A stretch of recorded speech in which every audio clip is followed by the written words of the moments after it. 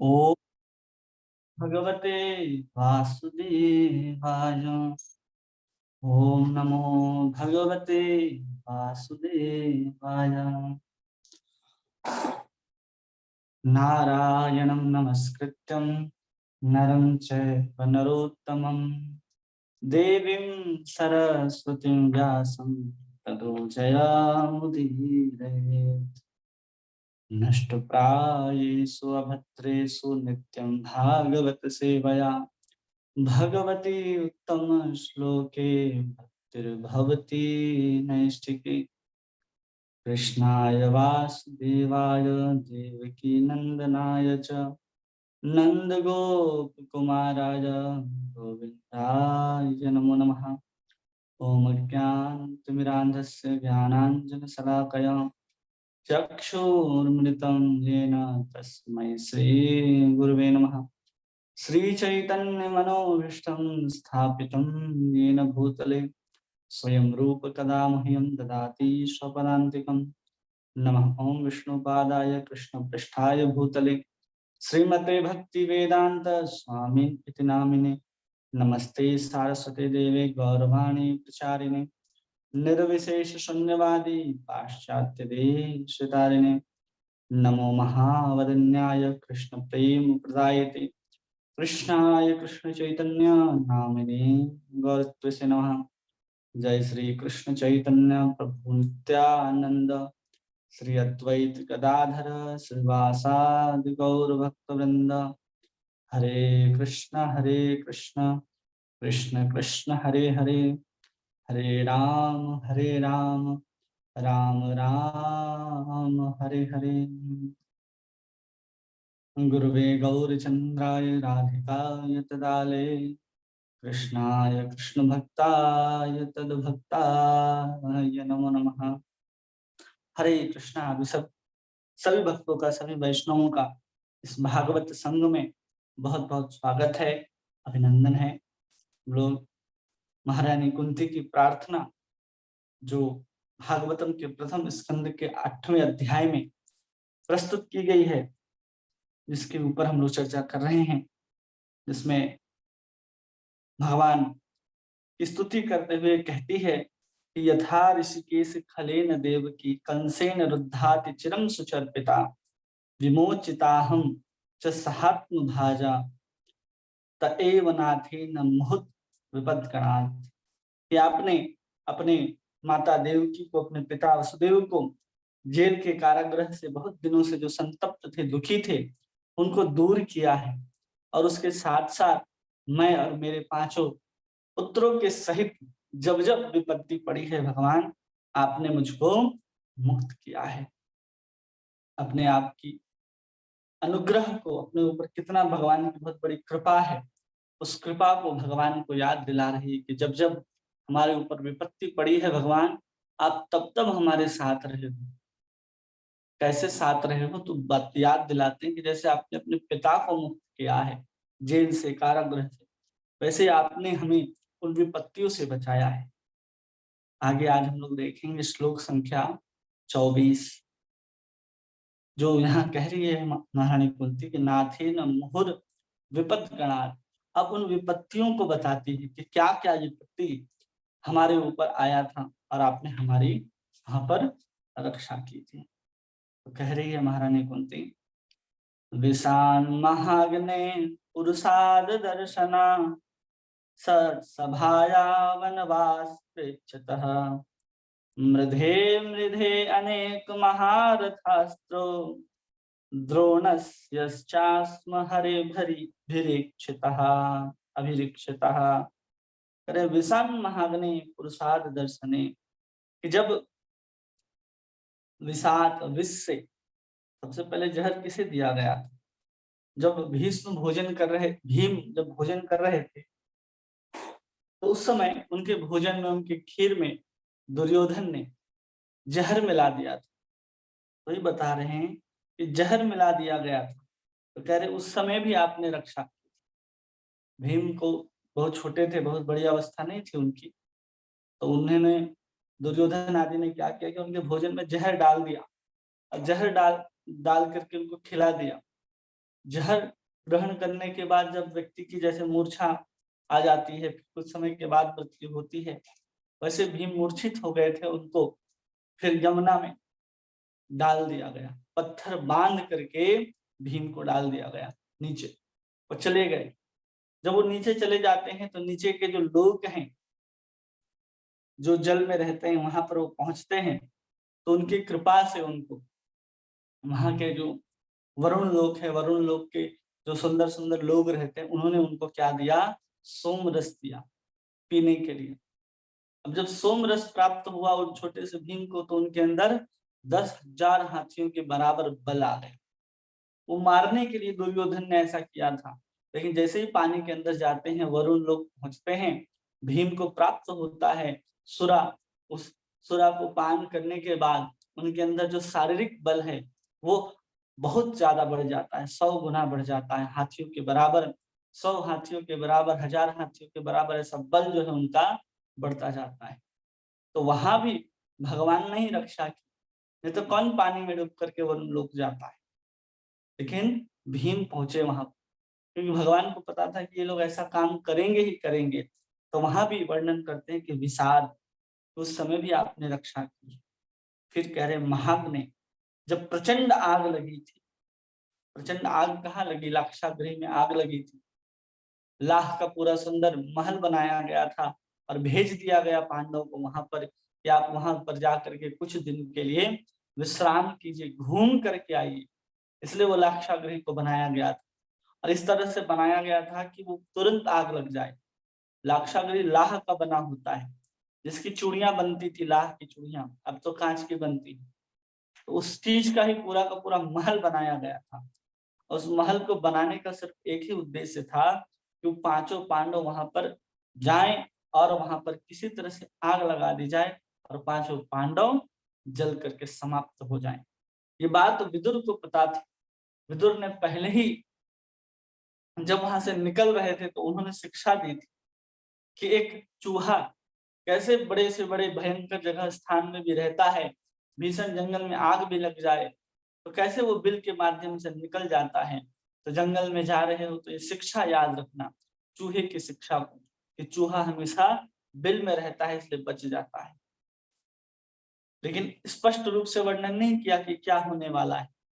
और कुछ लोगों को भेज दिया विदुर ने कि जाइए लक्षागृह में एक सुंदर गुफा का निर्माण कीजिए, और वहां पर गुफा का निर्माण होता है।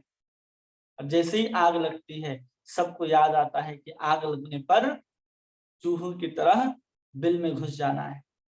तो जैसे ही आग लगती है, पांचों पांडव, द्रौपदी, कुंती सहित, द्रौपदी नहीं केवल कुंती थी और पांचों पांडव थे, वो कहाँ प्रवेश कर जाते हैं, उस बिल में प्रवेश कर जाते हैं।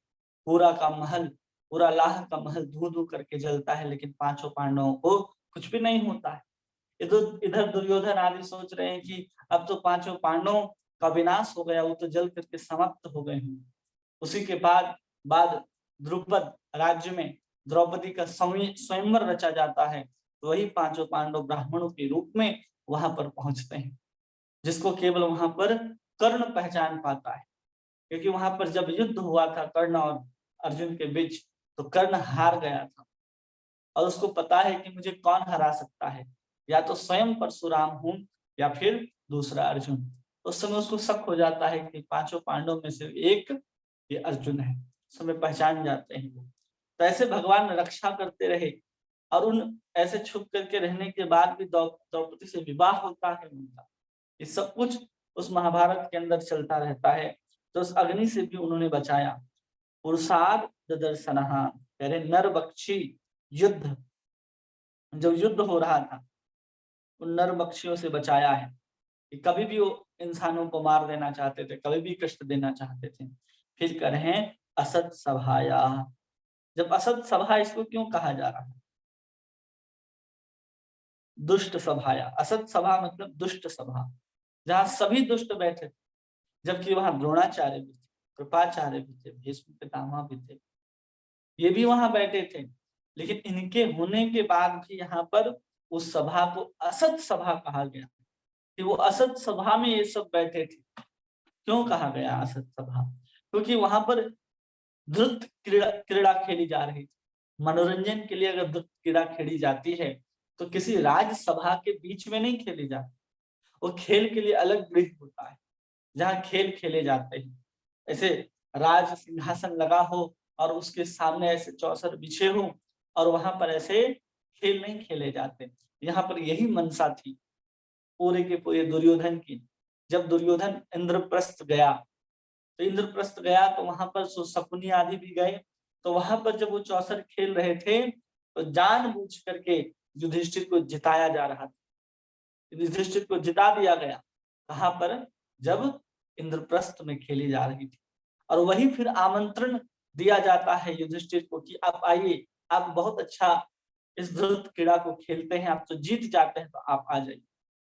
अब इस तरह से उनको पहले से अनुभव था कि हम तो जीत जाएंगे और वहां से फिर पहुंच जाते हैं वहां हस्तिनापुर केवल और केवल ध्रुव क्रीड़ा को खेलने के लिए।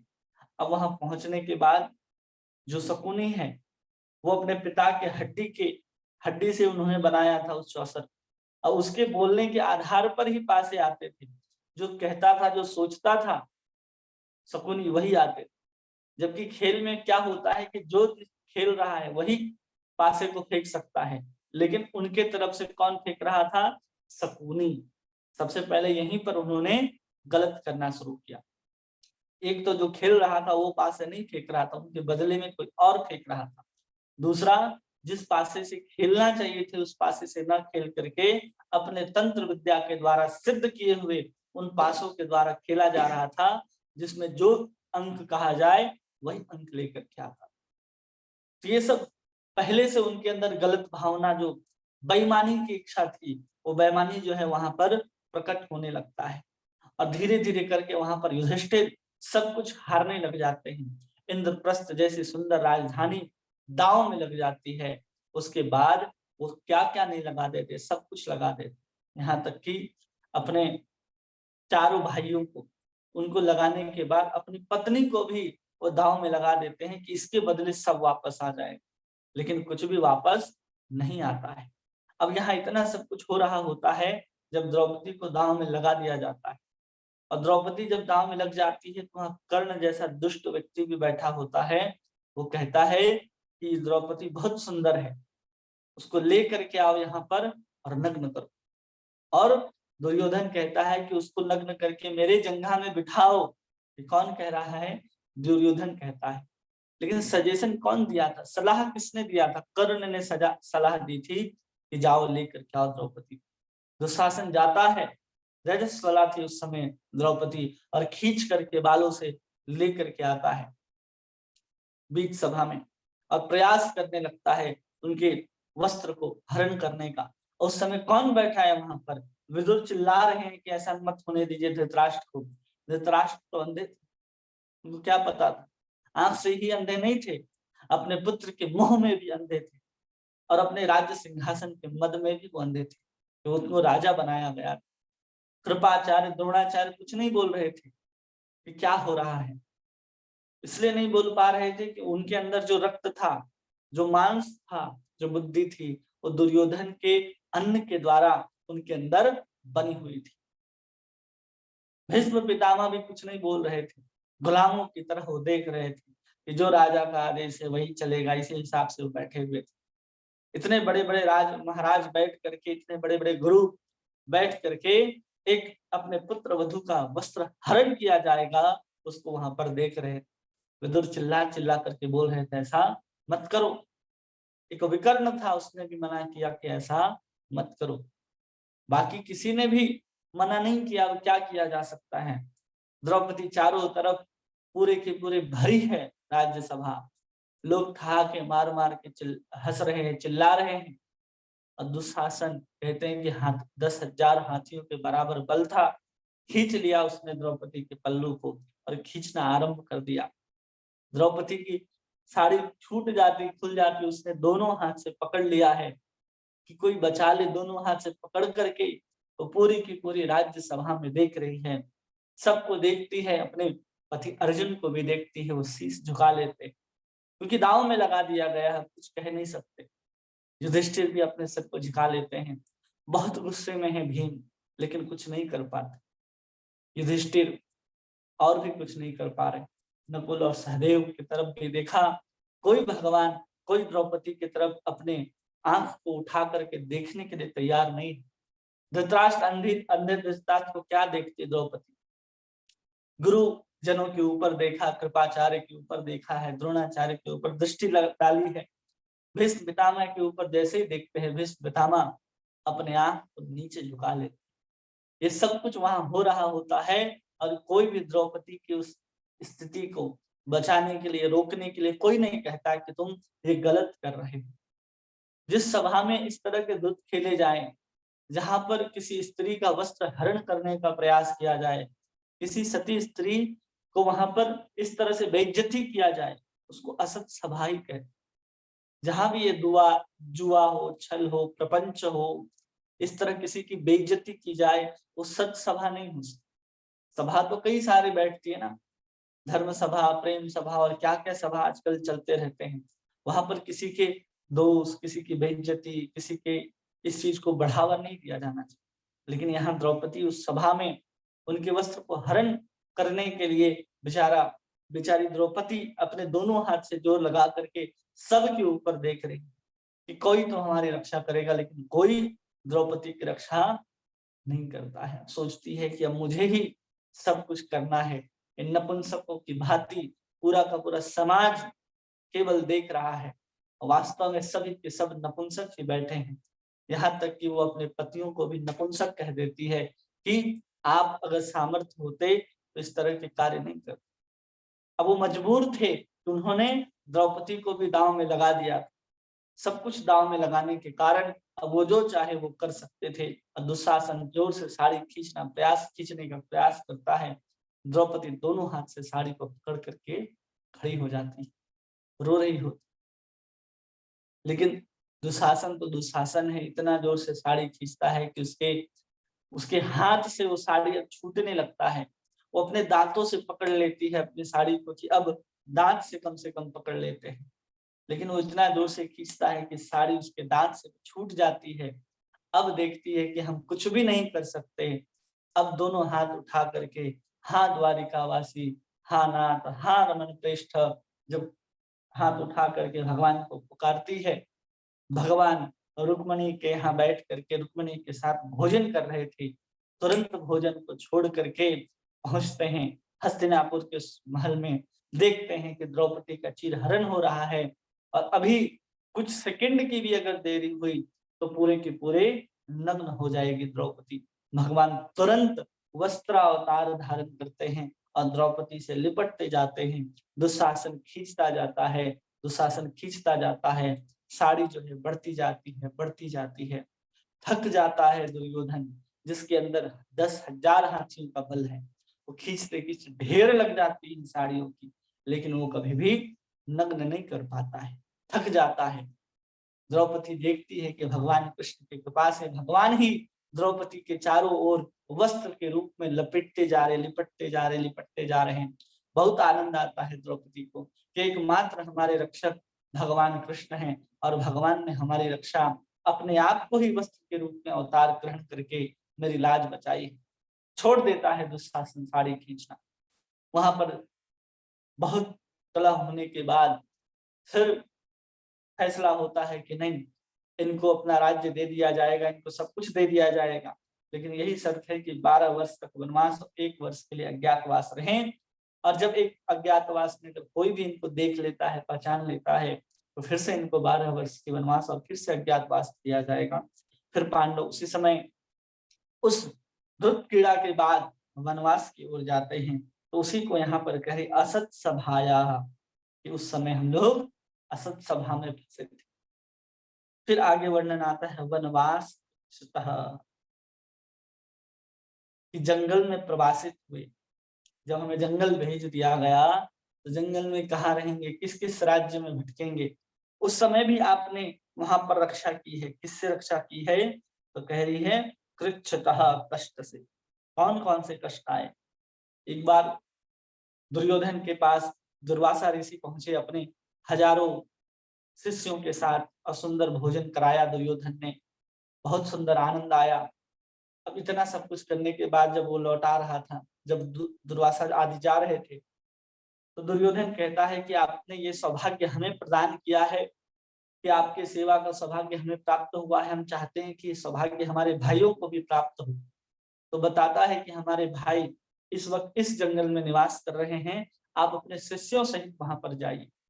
अब वो दुष्ट दुर्योधन को पता था कि वो वनवासी हैं, वो दुर्वासा ऋषि को अगर प्रसन्न नहीं कर पाएंगे तो उनका श्राप तो उनको मिलना ही मिलना है, क्योंकि दुर्वासा ऋषि बहुत जल्दी क्रोधित हो जाते और 10-10 हजार शिष्यों के साथ कैसे 5 पांडव द्रौपदी और कुंती भोजन करा सकते हैं। उनके पास तो कुछ भी नहीं होगा, तो जरूर उनको श्राप मिलेगा।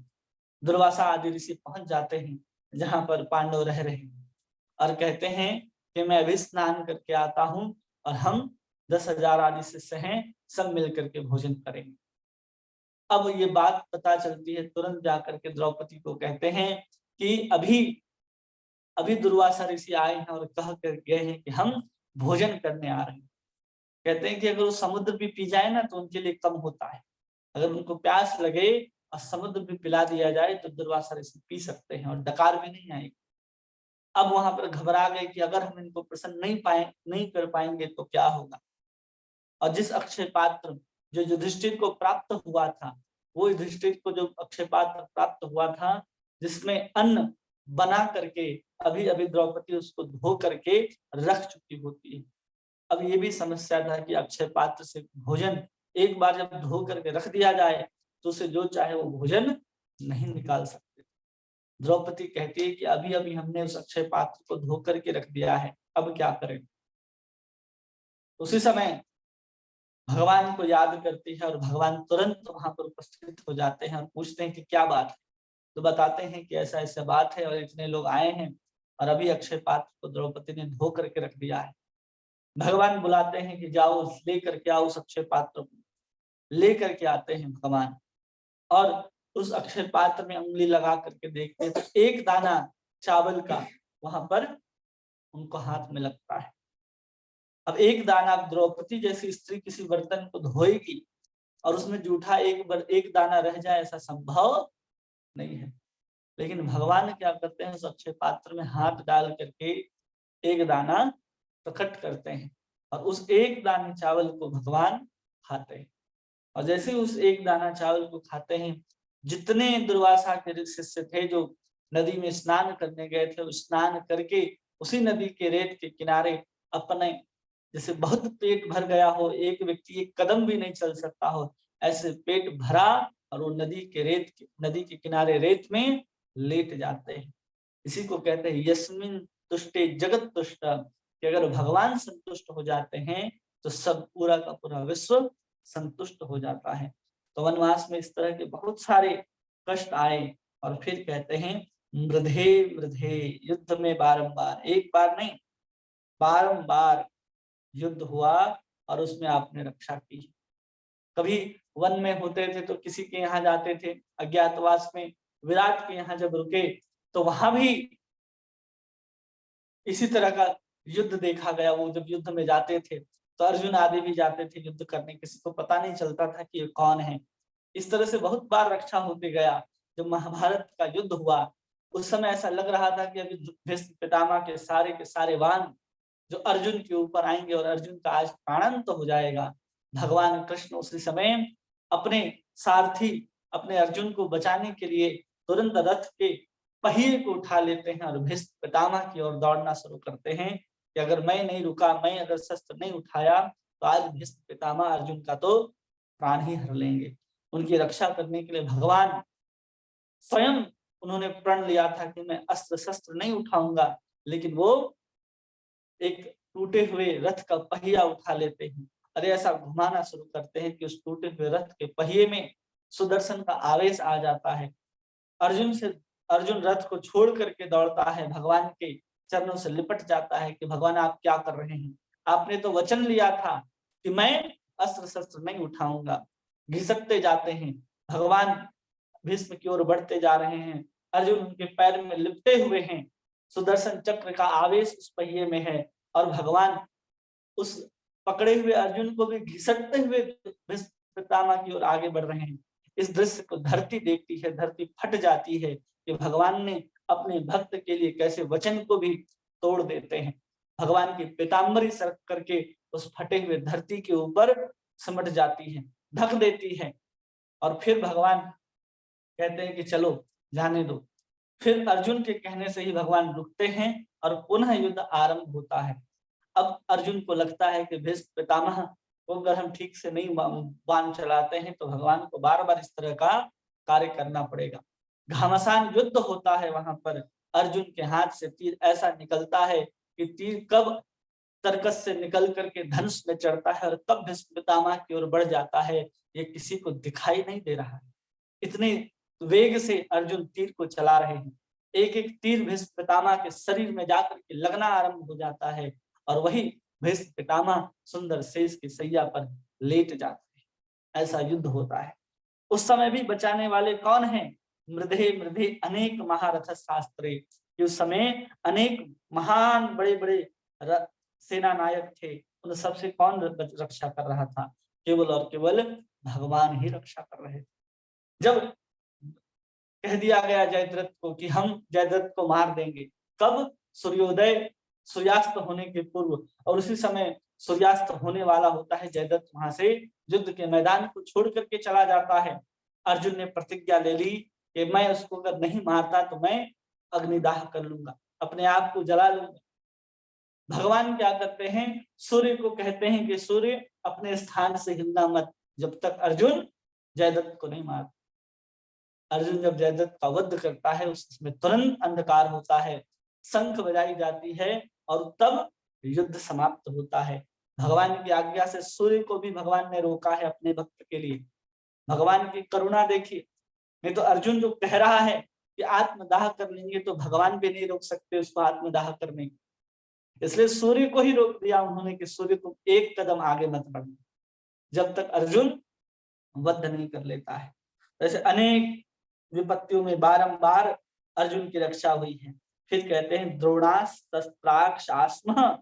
फिर द्रोणाचार्य के पुत्र जब चलाया उन्होंने ब्रह्मास्त्र को चलाया अर्जुन के ऊपर, तो भी भगवान आपने ही रक्षा की कि कैसे ब्रह्मास्त्र को रोकना है और अर्जुन ने लौटा करके लाया।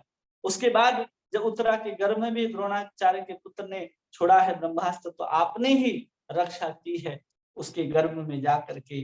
तो कहते हैं भगवान हरे अभिरक्षिताम, भगवान आपके ही द्वारा ये सब बार बार बचाया गया है और आपकी ही करुणा है, कृपा है इन सब विपत्तियों को याद करती है कि देखो इतनी बार विपत्ति आए हैं, बचपन से लेकर के आज तक सभी बड़ी बड़ी विपत्तियों को याद करा देती है भगवान को कि आपने हमारी इतनी बार रक्षा की इन विपत्तियों से।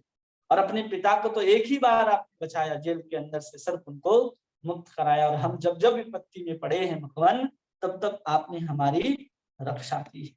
आगे यहाँ प्रभुपाद अनुवाद में कहते हैं कि हे कृष्ण, आपके हम विषाक्त भोजन से, भीषण अग्नि से, नर भक्षियों से, दुष्ट सभा से, वनवास काल के कष्टों से, महारथियों द्वारा लड़े गए युद्ध से बचाया और आपने हमें अश्वत्थामा के अस्त्र से बचा लिया है। तात्पर्य यहाँ पर घातक संघर्षों की सूची प्रस्तुत की गई है। देवकी को तो एक ही बार अपने दुष्ट भाई के कारण कष्ट मिला, अन्यथा वे कुशल पूर्वक रही। कह रहे हैं कि देवकी को तो एक ही बार कष्ट मिला, कंस ने दिया, लेकिन अन्यथा कुशल पूर्वक रही। किंतु कुंती देवी तथा पुत्रों को तो वर्षों तक निरंतर एक के बाद एक कष्ट उठाने पड़े, एक के बाद एक। वनवास में वन जंगल में पांडवों का जन्म होता है, उनका लालन पालन सब जंगल में होता है। बाद में जब आते हैं हस्तिनापुर तो वहां पर भीष्म पितामह उनकी शिक्षा की व्यवस्था करते हैं। वो सब व्यवस्थाओं को करने के बीच में कितने बार ही उनको जान से मारने का प्रयास किया गया। जब वो बड़े होने लग गए, जब राज्य की बात आने लग गई, तो उस समय उन्होंने अलग राजधानी बसा दी गई, दो भाग अलग अलग बांट दिए गए, एक इंद्रप्रस्थ हो गया और एक हस्तिनापुर हो गए। ऐसे दो राजधानी को अलग अलग विभाग कर दिया गया। एक के युधिष्ठिर राजा बने और एक के धृतराष्ट्र ही बने रहे। लेकिन वास्तव में राजा बनना चाहता था दुर्योधन। अंधा धृतराष्ट्र के होते हुए भी जो राज्य का कार्यभार है, जो कुछ भी फैसले लेने होते थे वो दुर्योधन ही ले लिया करता था, इसलिए उसको भी राजा कई बार कहा जाता है कि वही राजा था। तो इस तरह से बहुत बार कभी जुए के रूप में, कभी किसी के रूप में, कभी किसी के रूप में कष्ट आते ही रहे। ऐसा कभी नहीं हुआ कि पांडव सुकून से कहीं बैठे हों और विपत्ति ना आए। भगवान कृष्ण हैं उनके साथ, इसलिए उन्होंने इन विपत्तियों को आराम से पार कर लिया, क्योंकि इन विपत्तियों से भगवान ने ही उनकी हर बार रक्षा की है। हमने देखा ना भी कितने जगह पर भगवान ने स्वयं उनकी रक्षा की है, भगवान ही उनके रक्षक के रूप में हमेशा आते रहे हैं, जब भी बुलाया तब आए हैं। उन्हें राज्य के लिए दुर्योधन तथा उसकी टोली के लोगों के संकट में डालते रहे। हर बार कृष्ण कुंती के पुत्रों की रक्षा की। एक बार भीम के भोजन में विष खिला दिया गया, एक बार उन्हें लाक्षागृह में रखकर आग लगा दी गई, एक बार द्रौपदी को घसीट कर बाहर लाया गया, दुष्ट कौरवों की सभा में नग्न करने का प्रयास करके अपमानित किया गया। भगवान ने द्रौपदी के लिए अपरिमित वस्त्रों की पूर्ति की, जिससे दुर्योधन के दल उसे नग्न न देख सका।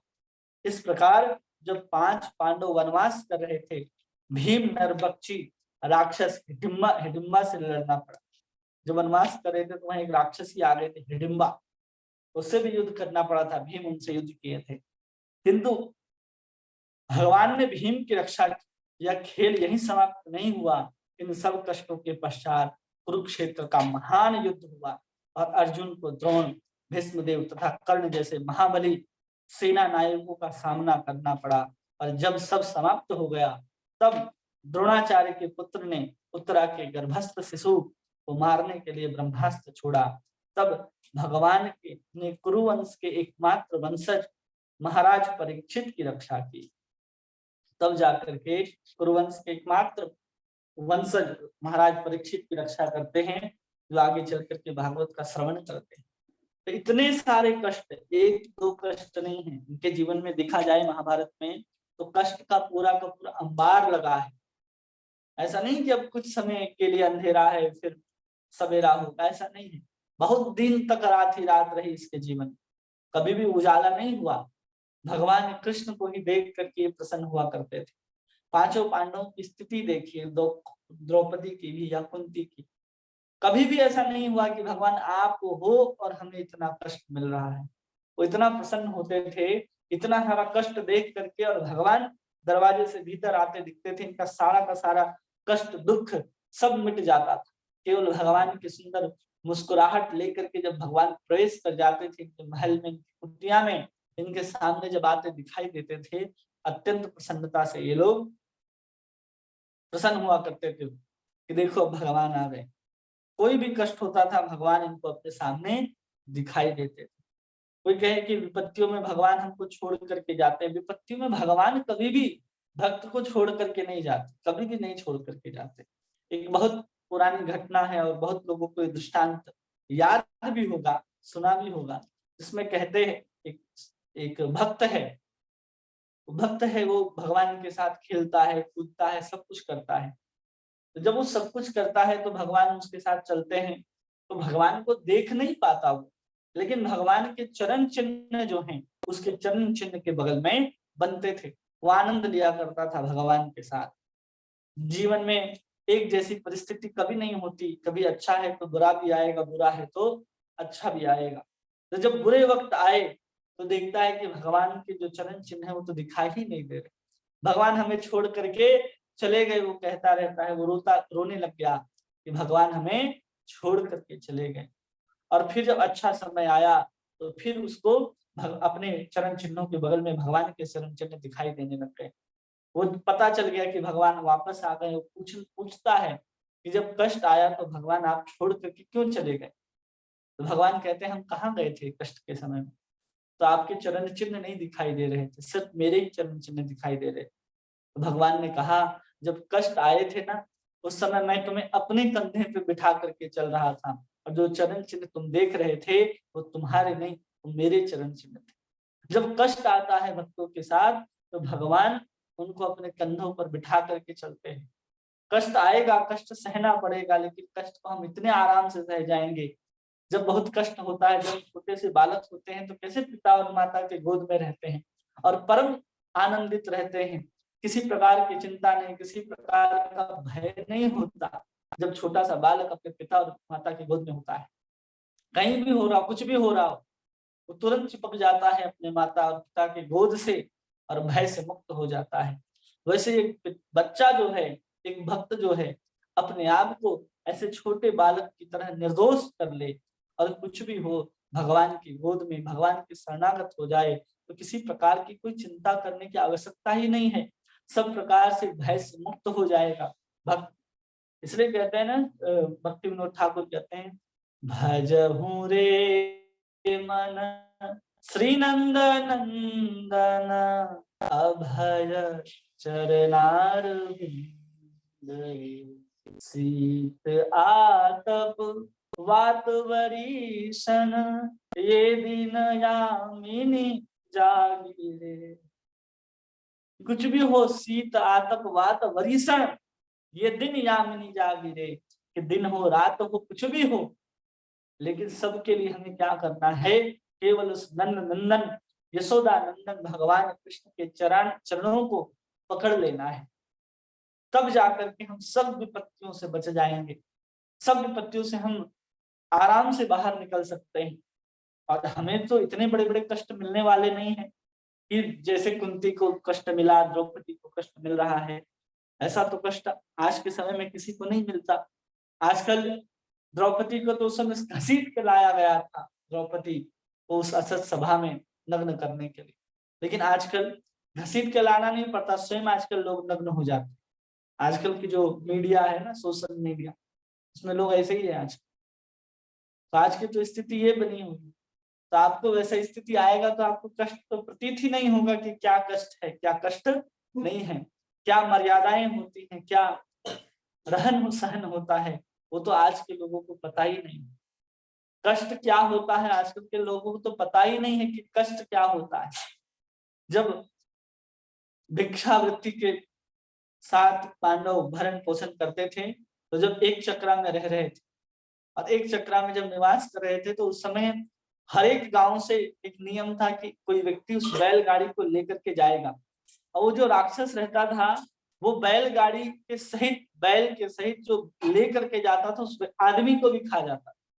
तो एक दिन क्या हुआ कि जिस घर में रह रहे थे पांडव, वहां पर आया नंबर, तो महारानी कुंती कहती है कि आज हम आपके घर में आश्रय लिए हैं, इसलिए हम जाएंगे, हमारे 5-5 बेटे हैं और आपके एक ही बेटा है, इसलिए हम अपने 5 बेटे में से किसी एक को भेजेंगे, अपनी कुर्बानी देगा, आपको जाने की आवश्यकता नहीं है। द्रौपदी कुंती का हृदय तो देखिए कि उसको पता है कि हम 5 पांडवों में किसी को, अपने पुत्र को भेजेंगे तो राक्षस क्या करेगा, उस पुत्र को भी खा जाएगा, लेकिन जिसके यहाँ आश्रय लिया, ये ऐसा नहीं कहती कुंती कि हाँ आपके यहाँ आश्रय लिए तो आपकी जिम्मेदारी, आप ही जाओ, आपके ही पुत्र को बलि दो, ऐसा नहीं है। वो आश्रय ली है तो अपनी जिम्मेदारी लेती है कि मेरे 5 पुत्र हैं, एक चला भी गया तो 4 पुत्र मेरे बचे रहे। ये भावना है कुंती के अंदर, और उस समय भेजती है भीम को, तुम लेकर के जाओ, और भीम वहां लेकर के जाते हैं, और भीम को बेचारा भोजन करते थे तो उनका पेट नहीं भरता था। 5 पांडव जो भिक्षा लेकर के आते थे, उन सबको एक जगह मिलाया जाता था और आधा भीम को दिया जाता था, और बाकी जो आधा हिस्सा होता था उसको फिर अन्य 5 हिस्सों में बांट करके कुंती, युधिष्ठिर, अर्जुन, नकुल और सहदेव खाया करते थे। उस आधे भोजन से भी पेट नहीं भरता था भीम का, तो क्या करते थे, जो बैलगाड़ी में भोजन दिया गया, पूरे के पूरे गांव से इकट्ठा करके जो भोजन मिला, उस भोजन को उस गुफा के करीब ले गए और स्वयं बैठ करके उस भोजन को पूरा का पूरा खा लिया। पूरा बैलगाड़ी का भोजन भीम ने अकेले खा लिया। खाने के बाद अब देखते हैं कि अभी तक गांव वालों ने भोजन नहीं भेजा। निकलता है वो राक्षस बाहर, और जैसे ही बाहर निकलता है देखता है कि हाँ कोई व्यक्ति मेरे भोजन को खा रहा है। वहां युद्ध होता है, युद्ध में परास्त कर देते हैं उस राक्षस। तो ऐसे बहुत सारी विपत्तियों को वो लोग झेल रहे हैं कि वहां पर इस तरह की विपत्ति, इस तरह का भी फैसला कुंती को लेना पड़ा है कि अपने पुत्र में से, 5 पुत्रों में से किसी एक की बलि देनी पड़ेगी, तो उसके लिए भी कुंती तैयार है। साधारण नहीं है कुंती, जो इस तरह की प्रार्थना को कर रही है। उस विपत्ति में भी ये नहीं कह रही कि आप ऐसा विपत्ति आ गया कि एक पुत्र हमारा चला जाएगा, ये हो जाएगा, वो हो जाएगा, भगवान हमारी रक्षा क्यों नहीं करते, क्यों नहीं भगवान राक्षस को मारते। अरे द्वारिकाधीश है वो, जब चाहे सुदर्शन को आदेश दे करके किसी भी राक्षस राक्षसी को समाप्त कर सकते थे, लेकिन ये सब कार्य पांडवों के द्वारा ही कराया जा रहा है। क्यों? क्योंकि उनके भक्त हैं, और भक्त को क्या मिलना चाहिए? भगवान चाहते हैं कि भक्त को हमेशा मान सम्मान पुरस्कार मिलता रहे। वो पुरस्कार हमेशा पांडवों को देना चाहते थे, इतना सुंदर राज्य भी पांडवों को देना चाहते थे। इसलिए सब कुछ भगवान ने अपने भक्तों के साथ होने देते हैं, बस उसकी रक्षा करते जाते हैं। उसके सामर्थ्य पर भगवान को भरोसा होता है, क्योंकि पता होता है कि कुछ भी हो, बहुत अगर कष्ट होगा तो मेरे ही चरणों पर आएंगे और मैं उनकी रक्षा तो करूंगा ही करूंगा। क्योंकि भगवान की भक्त वत्सलता देखने तो पांडवों के साथ देखो कभी भी नहीं छोड़ा। और कुंती के उस फैसले को भी देखिए वहां कि कैसे कुंती जाने देती है अपने पुत्र को बलिदान के लिए। उस समय भी वहां पर अपने बल से, अपने बाहुबल से उस राक्षस को भीम मारते हैं। तो इस तरह के जब व्यक्ति हो कि इतने सारे विपत्ति आएंगे, अभी पांचों पांडव युद्ध में लड़ेंगे, उनके पुत्र वधु का ऐसे वस्त्र हरण किया जाएगा, उनको पांचों पांडव सहित मारने का प्रयास किया जाएगा आग लगा करके, लेकिन कभी भी उनके अंदर ऐसा नहीं आया अरे इतना कष्ट क्यों हो रहा है। यहाँ पर इसी कष्ट को अगले श्लोक में द्रौपदी मांग लेती है कि भगवान हमको यही कष्ट दो, कि यही कष्ट था तो आप हमारे पास से कष्ट समाप्त हो गया, तो आप अपने हम लोगों को छोड़ करके अब जाने वाले। इसलिए यहाँ भगवान को बोलती है कि कष्ट है तो आप हो, और आप हो तो कष्ट होने के बाद भी कष्ट का अनुभव नहीं होता है। इसलिए आपसे श्रेष्ठ तो कष्ट है कि कष्ट होने के कारण आप हमारे पास रुकते हो, कष्ट के कारण, कष्ट दूर करने के कारण आप हमें छोड़ करके नहीं जा पाते हो। आप किसी भक्त वत्सलता के कारण महारानी कुंती अगले श्लोक में यही कष्टों को मांगना आरंभ करती है कि भगवान आप अपने जितना भी कष्ट देना चाहते हो दो, कष्ट होने के कारण आप हमेशा हमारे साथ रहते हो, और आपके साथ अगर हम रहेंगे तो कष्ट आए ना आए या बहुत कष्ट आए इसमें कोई फर्क नहीं पड़ेगा। जो बड़े बड़े भक्त हुए हैं ना, जिनका हम लोग नाम लेते हैं, चाहे पांडव हो, कुंती हो, द्रौपदी हो, भीष्म पितामह हो, या फिर महाराज ध्रुव हो, प्रहलाद हो, आज के भक्तों की बात करें तो मीराबाई हो, सखूबाई हो, नामदेव हो, नरसिंह मेहता हो, कबीर दास जी हो, रहीम दास जी हो, रौदास जी हो, तुलसीदास जी हो, किन्हीं का भी नाम अगर आप लेते हैं तो उनके जीवन में भी, जो भक्तों के जीवन में जो कष्ट आए हैं ना, उसको उस कष्ट का 1% भी, 1 भाग भी हम लोगों को मिल जाए तो हम लोगों से भक्ति नहीं होगी। मीरा को तो जहर दिया जा रहा है, मीरा को तो बेइज्जती किया जा रहा है, जिस घर में रहते हैं वहीं पर उनके बारे में अनर्गल बातें की जा रही है, जहर भेज दिया जा रहा है बार बार, बहुत सारे कष्ट मीरा के जीवन में आ रहे हैं। उसके बाद भी देखिए मेरा भक्ति कर रही है भगवान। नरसिंह मेहता को देखिए, उनके जो पुत्र थे, एक पुत्र थे, उनके रहते ही पुत्र चले गए, उसके बाद भी विवाह आदि के जो काम थे, उनके जो अन्य जो बहनें थे, उनके लिए सब कुछ भगवान करते हैं। पूरे के पूरे जीवन काल में नरसिंह मेहता को 53 बार भगवान साक्षात कलयुग में दर्शन देते, 1-2 बार नहीं, कलयुग। ये सब भगवान के ही भक्त के जीवन में अगर कष्ट देखें तो एक नहीं अनेक कष्ट आते हैं, सामान्य कष्ट नहीं आते। वो कष्ट हमारे जीवन में आए, हमारे जीवन में एक भी कष्ट आता है तो हम बोलते हैं कि अरे हम भगवान का इतना भजन, इतनी भक्ति कर रहे हैं और उसके बाद भी हमारे जीवन में इतना कष्ट आ रहा है। इससे तो अच्छा होता कि हम इन कष्टों से बचने के लिए ही कोई उपाय करते, कुछ करते। ऐसा विचार करके लोग पड़े रहते हैं, भक्ति नहीं करते, भक्ति छोड़ देते हैं और अनर्गल बातें करना शुरू करते हैं कि देखो इतने जीवन, इतने समय से हम भगवान का नाम ले रहे हैं, लेकिन फिर भी हमारे जीवन से ये कष्ट जो है दूर नहीं होते। इसलिए हमें इन महान पुरुषों को पढ़ना चाहिए, समझना चाहिए, इनकी कथाओं को, इनके जीवन चरित्र को पढ़ना चाहिए कि क्या है ये। इसलिए हर व्यक्ति को एक बार तो महाभारत, एक बार जीवन में कम से कम एक बार तो पढ़ना ही चाहिए। स्वयं से अगर पढ़े ना तो बहुत आनंद का विषय होगा। महाभारत में इन पांचों पांडवों के अलावा बहुत सारे ऐसे कथाओं को हम देखने के लिए देख सकते हैं जो व्यवहारिक रूप से बहुत सटीक बैठते हैं। इसलिए किसी व्यक्ति को अपना जीवन कैसे जीना है, क्या होता है, वो सब कुछ समझने के लिए महाभारत पढ़ना चाहिए। अपने जीवन को आदर्शवान बनाने के लिए रामायण पढ़ना चाहिए। अपने जीवन को ठीक से भक्तिमय बनाने के लिए भागवत पढ़ने चाहिए, गीता पढ़ने चाहिए। ये सब हमारे जीवन के ही सदशास्त्र हैं। हमारे जीवन को ही सुधारने के लिए सुंदर सुंदर ग्रंथों का अवतरण हुआ है। स्वयं भगवान ही इस ग्रंथावतार के रूप में आते हैं। इसलिए भागवत जो है भगवान ही है साक्षात। तब जाकर के इनके सुंदर चरित्रों को पढ़ करके हम लोग आनंद ले रहे हैं। और भगवान का चरित्र के साथ साथ इसमें भक्तों का चरित्र भी है, इसलिए इसको भागवत कहा जाता है। केवल भगवान का चरित्र नहीं हो सकता और केवल भक्त का भी चरित्र नहीं हो सकता।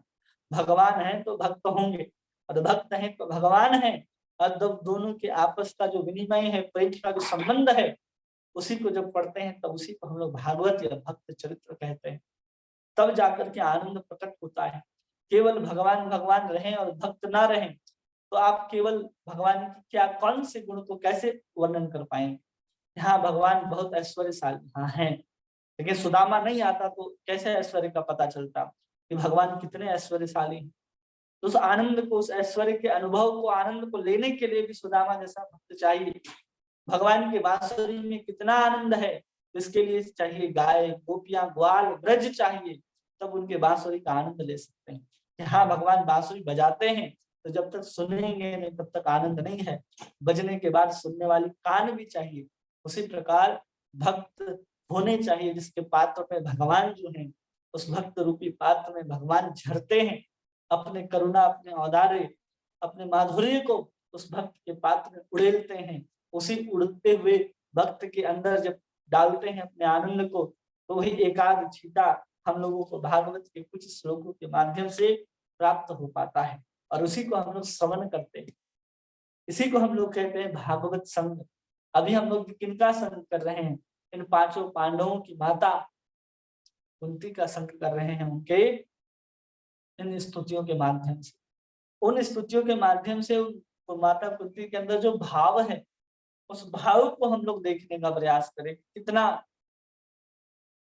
समर्पण है, किस तरह की वो भक्ता है, किस तरह के आदर्श एक नारी है, कि कैसा एक नारी को होना चाहिए, क्या चरित्र होना चाहिए, क्या कर्तव्य, क्या दायित्व होना चाहिए।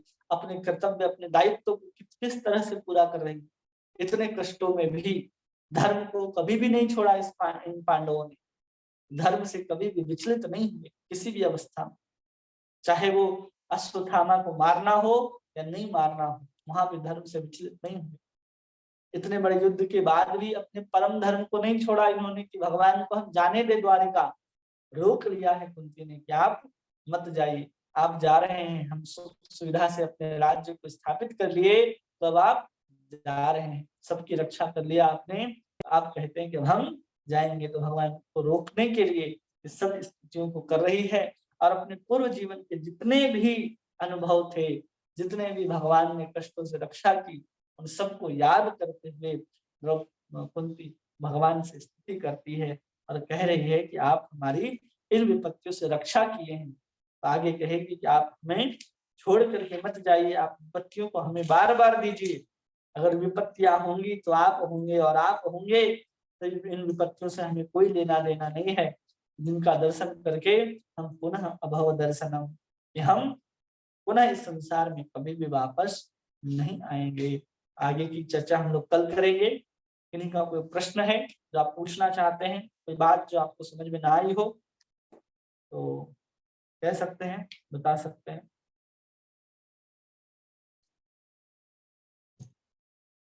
हरे कृष्णा प्रभु जी, दंडवत प्रणाम। हरे कृष्णा, दंडवत प्रणाम। प्रभु जी, मैंने बहुत लेट ज्वाइन किया आज, मैं तबीयत ठीक नहीं लग रही थी, लेकिन जितना भी सुना ना बहुत आनंद आया प्रभु जी। और बस समझ में तो सब आया और यही समझ में आया सबसे ज्यादा कि प्रभु जी भगवान जिनसे प्रेम करते हैं, मतलब भक्तों से, तो वो उनके लिए कैसे, मतलब क्या क्या नहीं करते हैं। मतलब ऐसे सुन के आनंद के अश्रु बह रहे थे कि कितना प्यार करते हैं भगवान। और मैंने तो ये भी पाया है कि जीव मात्र हम सभी से भी करते हैं, ऐसा नहीं है कि हमसे नहीं करते, लेकिन हम नहीं देख पाते हैं। उसके लिए हाँ, हम बुद्धि नहीं चाहिए देख होती है कि पाते। जो हम भगवान की तरफ देखें। हम भगवान की तरफ देखेंगे ना जिस दिन, उस दिन हमें महसूस होता है। जैसे अभी आपने बताया तो हमारी इच्छा हुई भगवान की ओर देखने की, कि ऐसे मतलब इनसे प्यार किया जाए जो प्यार के बदले में सिर्फ प्यार ही प्यार लुटाते हैं, मतलब भक्तों पे अपने। तो प्रभु जी आज बहुत अच्छा लगा, और ऐसे बनने की कोशिश करेंगे हम, ऐसे भक्त बनने की कि जिनसे भगवान प्रेम करते हैं और उनके लिए प्रकट हो जाते हैं, मतलब उनका बिल्कुल भी कष्ट सहन नहीं कर पाते भगवान जी। हम्म, तो प्रभु जी यही बहुत समझ में आया, बहुत अच्छा लगा। हरे कृष्णा प्रभु जी। हरे कृष्णा। धन्यवाद प्रभु जी। धन्यवाद। हरे कृष्णा प्रभु जी, दंडवत प्रणाम। हरे कृष्णा, दंड प्रणाम। जी प्रभु जी, बहुत अच्छा क्लास था। इतना सारा, इतना अच्छा अच्छा कहानियां बोले आपने। पहले भी सुने थे कहानियां, पर ये सब जब आप बोलते हो ना, एक मतलब नया सा लगता है। बहुत अच्छा से उसको डिस्क्राइब करते हो आप। बहुत बहुत धन्यवाद प्रभु जी, आज का क्लास बहुत अच्छा था। हरे कृष्णा। हरे कृष्णा प्रभु जी, दंडवत प्रणाम। हरे कृष्णा, दंड प्रणाम। हाँ जी प्रभु जी, आपने बहुत अच्छे से समझाया कुंती महारानी का त्याग, एक एक त्याग देखते हैं। मतलब सच में प्रभु जी, मैं तो कई बार आप बोल रहे होते ना, मेरा तो रोना ही बंद नहीं होता उनकी। मतलब इतनी, जैसे अभी आपने लास्ट में एक बताया कि कैसे उन्होंने अपने पुत्र को भेजा कि कोई बात नहीं, अगर मेरा एक पुत्र चला गया तो 4 मेरे पास हैं पांडव। मतलब कितना बड़ा त्याग था प्रभु जी। मतलब सच में प्रभु जी की, अगर मतलब एक लेडी को अपनी लाइफ जीने में वाकई में प्रॉब्लम आ रही है ना, तो वो मतलब सच में कुंती महारानी के चरित्र को देख के, उनके त्याग को देख के अपनी लाइफ को बड़े आराम से जी सकती है। फिर लगता ही नहीं कि हमारे सामने कोई परिस्थितियां हैं। उनकी परिस्थितियों को, उनके त्याग को, उनके तप को देखो तो हम कुछ भी नहीं है प्रभु जी। हम तो छोटी छोटी बातों से घबरा जाते हैं। सच में बहुत अच्छा समझाया आपने, एक एक एग्जाम्पल देके ना। धन्यवाद प्रभु जी। हरे कृष्ण प्रभु जी, प्रणाम। हरे कृष्णा प्रभु प्रणाम। बहुत ही अच्छी तरह से समझ में आया प्रभु जी। एक चीज जरा प्रश्न उठा है, हमसे सुन भी नहीं पाया वो, ये अक्षय पात्र कहाँ से द्रौपदी को मिला था प्रभु जी? द्रौपदी को नहीं, युधिष्ठिर को मिला था ये अक्षय पात्र। कृपा से युधिष्ठिर को प्राप्त हुआ था अक्षय पात्र, भगवान सूर्य ने दिया था। अच्छा प्रभु जी, समझिए समझिए। हाँ।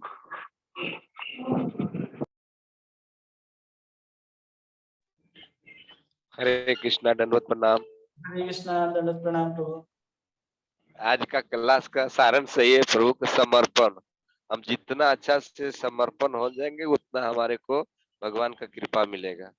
जब तक हम समर्पण नहीं है प्रभु, तब तक हम कुछ भी करें हमको कुछ अनुभव नहीं। जब हम अच्छा से समर्पण हो जाएंगे तो भगवान भक्त का दुख कभी देख नहीं सकते हैं। दुख तो आएगा, लेकिन दुख सहने की शक्ति भगवान ही देते हैं। हाँ, आज का क्लास मेरे को सारांश से ही समझ में आया प्रभु। इसलिए दुख से घबराना नहीं है। यहाँ दुख तो मांग रही है माता कुंती की, दुख दे दो।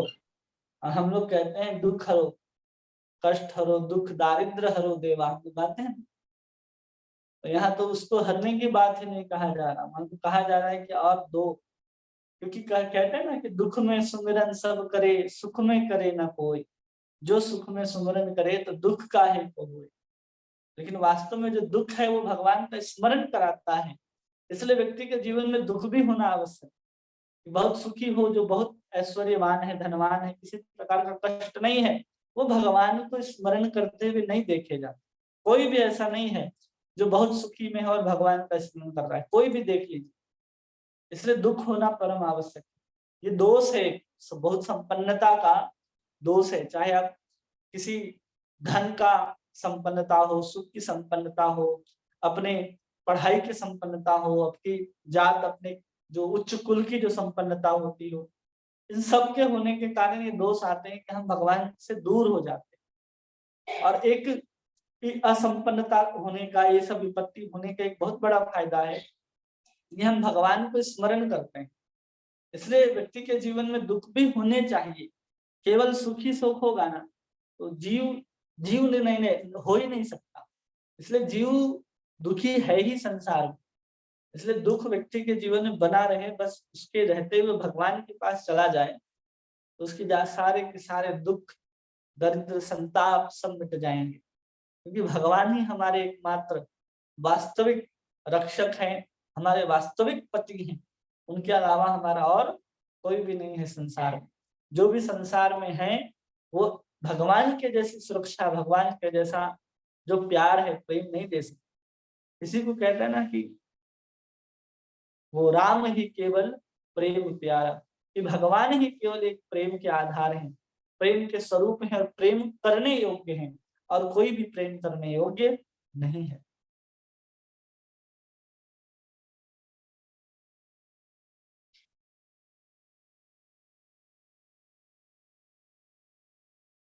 और किन्हीं का कोई प्रश्न है? निशा माता जी, हरिता माता जी, पद्मा माता जी।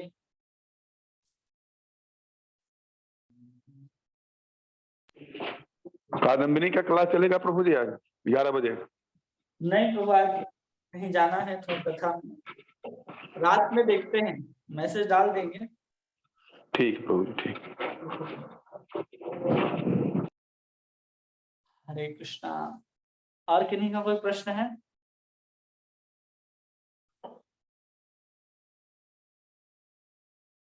प्रभु जी आज माधुरी कादम्बिनी शाम को ही होगा क्लास?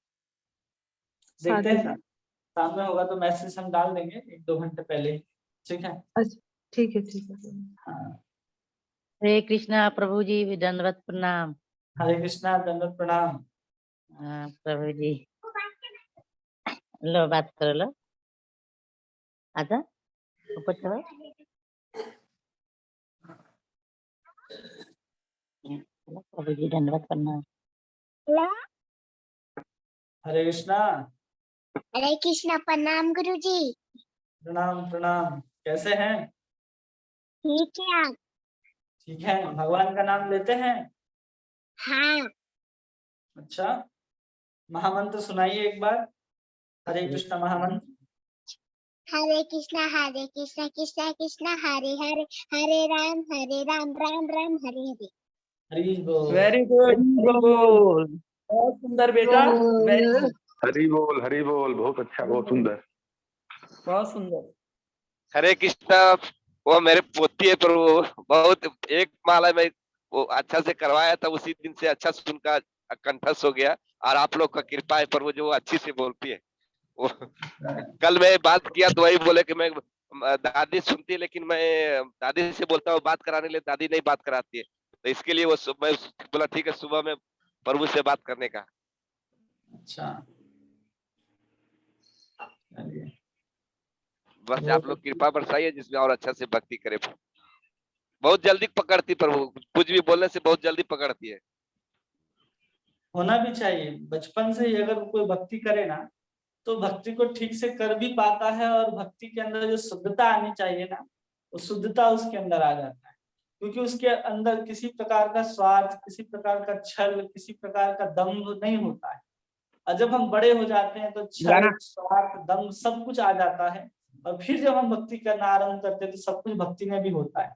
इसलिए हमारी भक्ति उतनी शुद्ध नहीं हो पाती, बहुत समय लग जाता है। इसलिए बचपन में जो व्यक्ति होता है उसमें हृदय जो है, उसका जो मन है बिल्कुल साफ पवित्र होता है। उस समय उसको भगवान की प्रेम पकड़ा दी जाए तो तुरंत वो प्रगति कर पाता है। इसलिए जो प्रहलाद है, ध्रुव है, वो 6 महीने में भगवान को क्यों प्राप्त कर लिए? इसलिए प्राप्त कर लिए कि 6 महीने में वो 6 साल के जो बालक हैं ध्रुव, उनके अंदर जो शुद्धता होनी चाहिए वो शुद्धता उनके अंदर बनी हुई थी। और जैसे जैसे हम बड़े होने लगते हैं, संसार की गंदगी को हम अपने अंदर डालते चले जाते हैं और सब खत्म हो जाता है। इसलिए बचपन में ही भक्त बनने का प्रयास करना है, और बहुत देर, जितना देर करेंगे ना उतना हमारे लिए नुकसान है, उतनी बीमारी बढ़ती जाएगी, उतना कष्ट जो है वो और भयानक रूप लेने लग जाएगा। इसलिए बचपन से ही हर व्यक्ति को भक्ति करनी चाहिए। जब वो बोलना शुरू कर देना, उसी समय से कृष्ण का नाम, राम का नाम उसके जुबान पर आ जाए कि अब वो कृष्ण का नाम लेने लग जाए, उस समय जो नाम लेगा ना इतना शुद्ध निकलेगा कि भगवान उससे तुरंत प्रसन्न हो। इसलिए बचपन से ही लोगों को भक्त बनने का प्रयास करना चाहिए, बनाने का भी प्रयास करना चाहिए।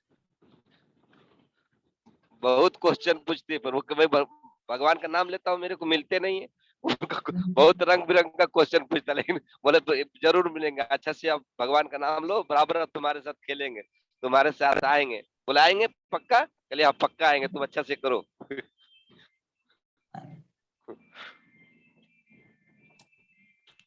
ठीक है, और कोई? पद्मा माता जी, वो बन गया क्या वो वीडियो कोर्स का?